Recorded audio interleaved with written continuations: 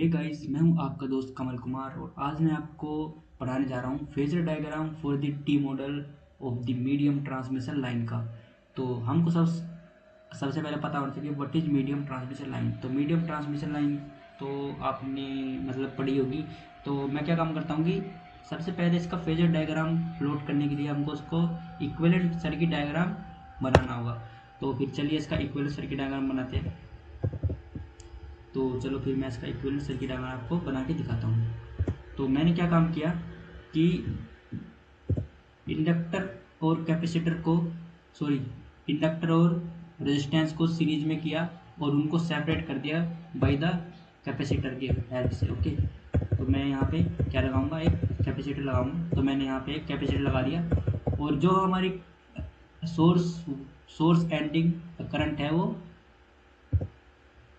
Vs से होती हुई जाएगी और जो Vc हमारा ये voltage across of the capacitor है और हमने IC को यहाँ पे लिया गया है। जो IC है वो करंट अक्रॉस द कैपेसिटर है। ओके, जो हमारी रिसीविंग एंड की जो करंट है वो IR होगी और फिर हम इसको R/2 लिखेंगे और इसको XL/2 लिखेंगे because it is separate by the help of the capacitor. Okay, तो हमने इसको सेपरेट किया है क्योंकि हमारी जो कैलकुलेशन है वो इजी हो जाए।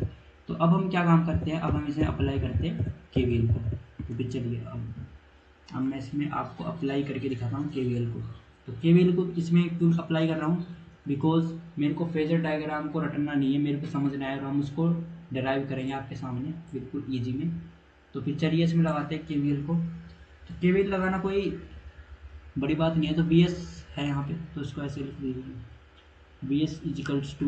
ओके, देखो IS इनमें दोनों में है ना, तो IS लिखा मैंने। ओके, अब क्या होगा R/2 ओके, सही लिख रहा हूँ ना, प्लस अब देखो JXL/2 होगा यहाँ पे, JXL/2 होगा। ओके, इसके साथ में भी IS को लिख दिया मैंने। ओके, प्लस में अब क्या होगा VC होगा यहाँ पे, बिल्कुल होगा। अगर आपको ये नहीं पता है तो मैंने इसके पैरामीटर्स बताया था, ABCD पैरामीटर, तो वहाँ से आप वीडियो देख सकते हो। तो ये जस्ट हमारी फर्स्ट इक्वेशन हो गई। अब हमको सेकेंड वाले लूप के लिए भी लिखनी है। तो VC के लिए हम लिखेंगे, VC हमारा वोल्टेज हुआ, वोल्टेज अक्रॉस द कैपेसिटर।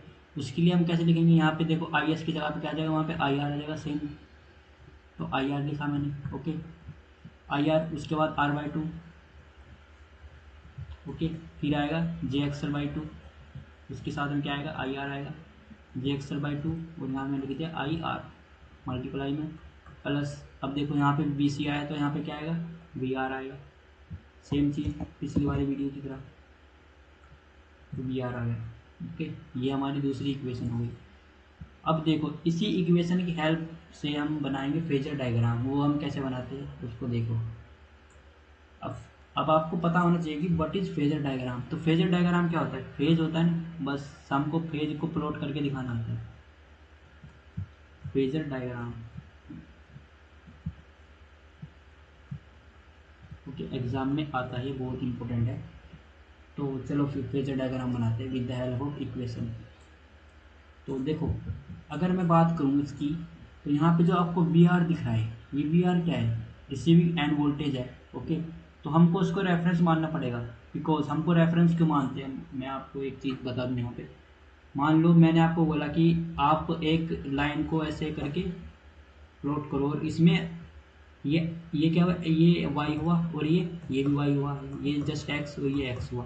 मैंने बोला 360 प्लॉट करो, तो आप कहाँ से प्लॉट करोगे, मान लो आपने यहाँ से किया ऐसे करके एक 360 प्लॉट किया इसमें। ओके, तो इसमें जो आपने ये जो यहाँ से पॉइंट से आपने शुरू किया तो इट इज़ अ रेफरेंस। तो आपने जहाँ रेफरेंस मांगना, तो आप यहाँ पे क्या हुआ 90 डिग्री हुआ। ओके, ऐसे करके 180 डिग्री हुआ, फिर 270 डिग्री हुआ। तो आपने यहाँ पे 0 डिग्री होगा ना, तभी तो उसको रेफरेंस माना है। तो ऐसे ही हमको VR को क्या मानना है, रेफरेंस मानना है। बिकॉज जो VR होता है वो सोर्स एंडिंग वोल्टेज होता है, जो कि हमको मतलब दिया हुआ रहता है। ओके, उसी के रेफरेंस में हमको चलना है और हम ये मानते हैं कि VR हमारा क्या है, रेफरेंस है यहाँ पे। ओके, तो ऐसे ही मैं क्या काम करता हूँ, इसको थोड़ा सा नीचे लिखते हैं।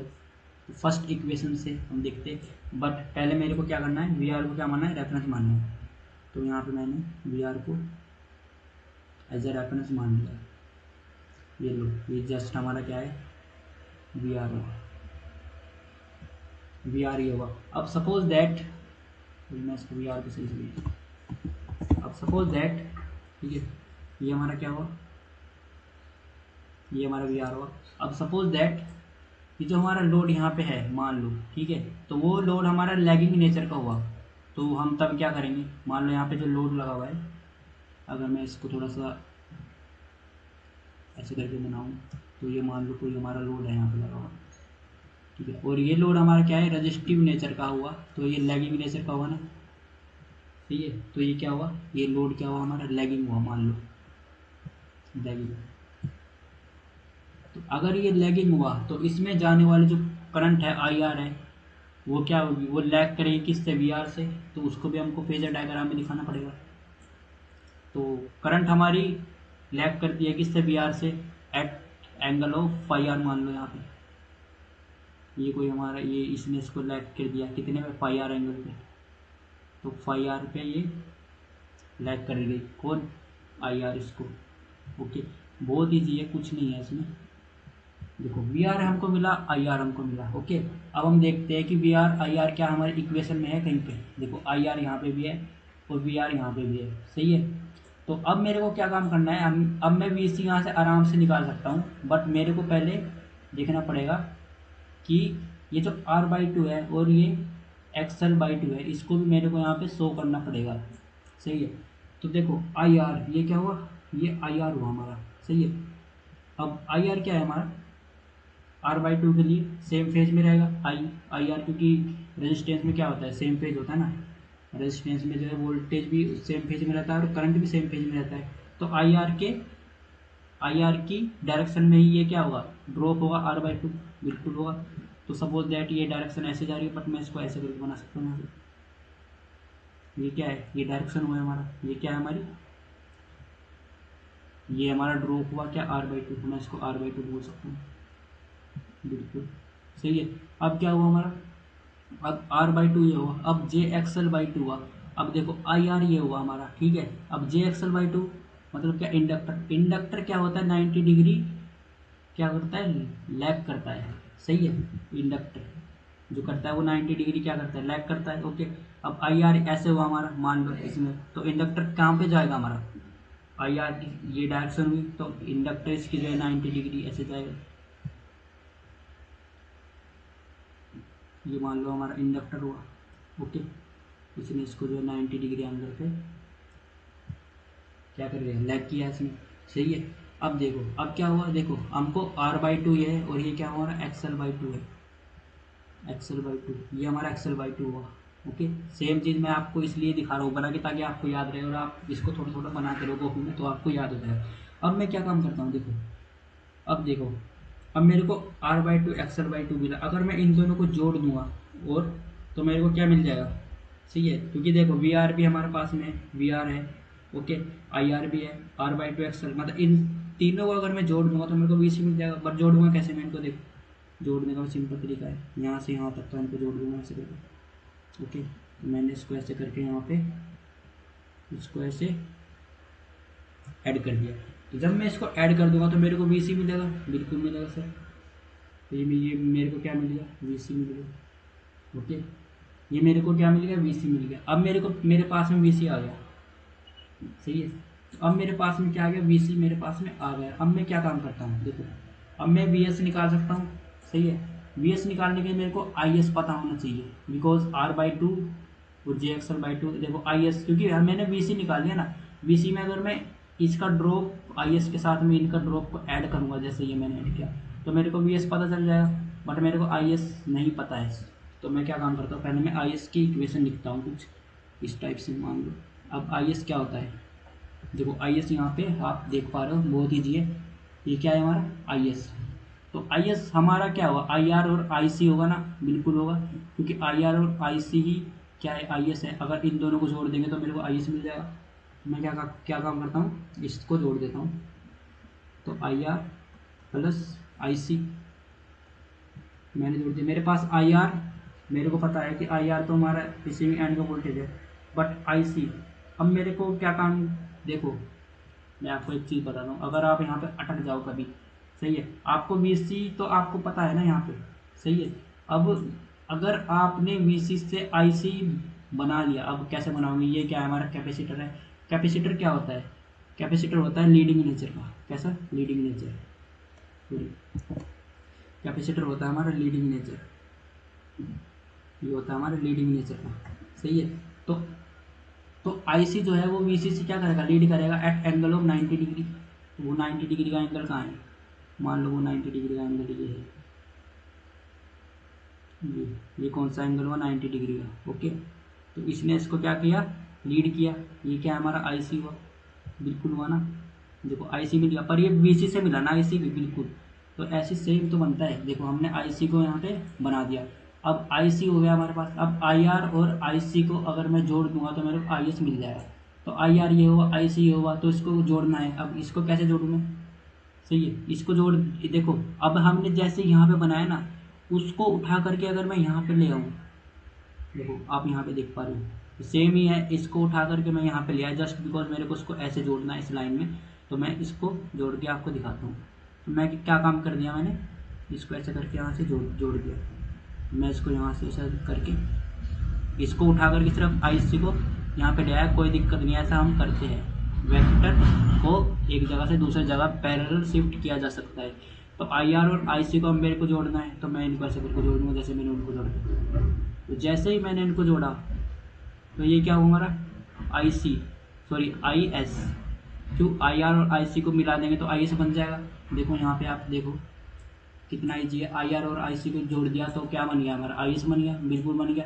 और आई एस जो है हमारा, इसकी डायरेक्शन क्या है, नीचे की तरफ को है। अब देखो, अब आई एस ये हुआ हमारा, आई एस ठीक है। अब आई एस, अब आई एस में अगर मैं आर बाई टू और इसको अगर, ये जो हमारे इनको बोलते हैं हम, ये जो हमारे होते हैं ये होते हैं ड्रॉप, सही है, आर बाई टू और जे एक्स बाई टू, सही है। अब मेरे को क्या काम करना है इसमें, आई एस हुआ और आर बाई टू, अब आर बाई टू को मेरे को शो करना है, जैसे मैंने यहाँ पे शो किया था। तो आर बाई टू क्या है, आई एस ये हुआ, तो मेरे को आर बाई टू को मैं ऐसे भी शो कर सकता हूँ, बट मैं ऐसे नहीं शो करूँगा। मैं क्या काम करता हूँ, ये हमारा क्या है, बी सी ऐसे था ना, तो मैं इसी के जस्ट पैरेलल इसको यहाँ पे शो कर सकता हूँ, बिल्कुल कर सकता हूँ, इसी के जस्ट पैरेलल, ओके। तो ये क्या हुआ हमारा, ये हुआ हमारा आर बाई टू, ऐसा हम कर सकते हैं पैरेलल में, ओके। और सेम ऐसे ही जैसे वो था, और ऐसे इसमें मैंने क्या क्या काम कर दिया इसको, ये 90 डिग्री क्या हुआ हमारा, एक्सल बाई टू हुआ, एक्सल बाई टू हुआ, सही है। अब देखो, अब देखो मेरे पास आई एस है, ओके, आई एस हुआ और आर बाई टू भी हुआ, एक्सल बाई टू भी हुआ, ओके। अब मैं अगर मैं, और ये वी सी भी हुआ हमारे पास, अब मेरे को इन सब को क्या करना है, यहाँ से जोड़ देना है ऐसे करके, तो मेरे को वी एस मिल जाएगा। तो आपको भी ऐसे करके जोड़ना है, देखो अब कैसे जोड़ोगे आप, ये मैंने इसको ऐसे करके जोड़ दिया, तो ये क्या मिल गया हमको, वी एस मिल गया, ओके। और ये लो हमारा टर्म कंप्लीट हो चुका है, ये हमारा फेजर डायग्राम है। तो इजी है ना, बहुत सारा कुछ नहीं था इसमें, सिर्फ आपको ये इक्वेशन लिखनी है, उसके बाद आप इसको बना सकते हो बिल्कुल इजी में, ओके। कुछ नहीं है इसके अंदर में, कोई टॉप नहीं है, बिल्कुल इजी में है, कोई दिक्कत नहीं है, ओके।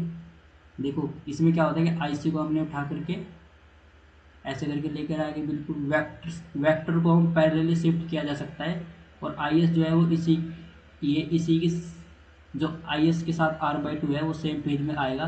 तो मैं इसको ऐसे भी ला सकता था, बट मैंने उसको यहाँ पे कर दिया ताकि वो सही से दिखे, सही है। ऐसे जाएगा, फिर ऐसे जाएगा, फिर हम उसको जोड़ेंगे कैसे, तो हमें जोड़ने के लिए उसको ऐसे कर दिया।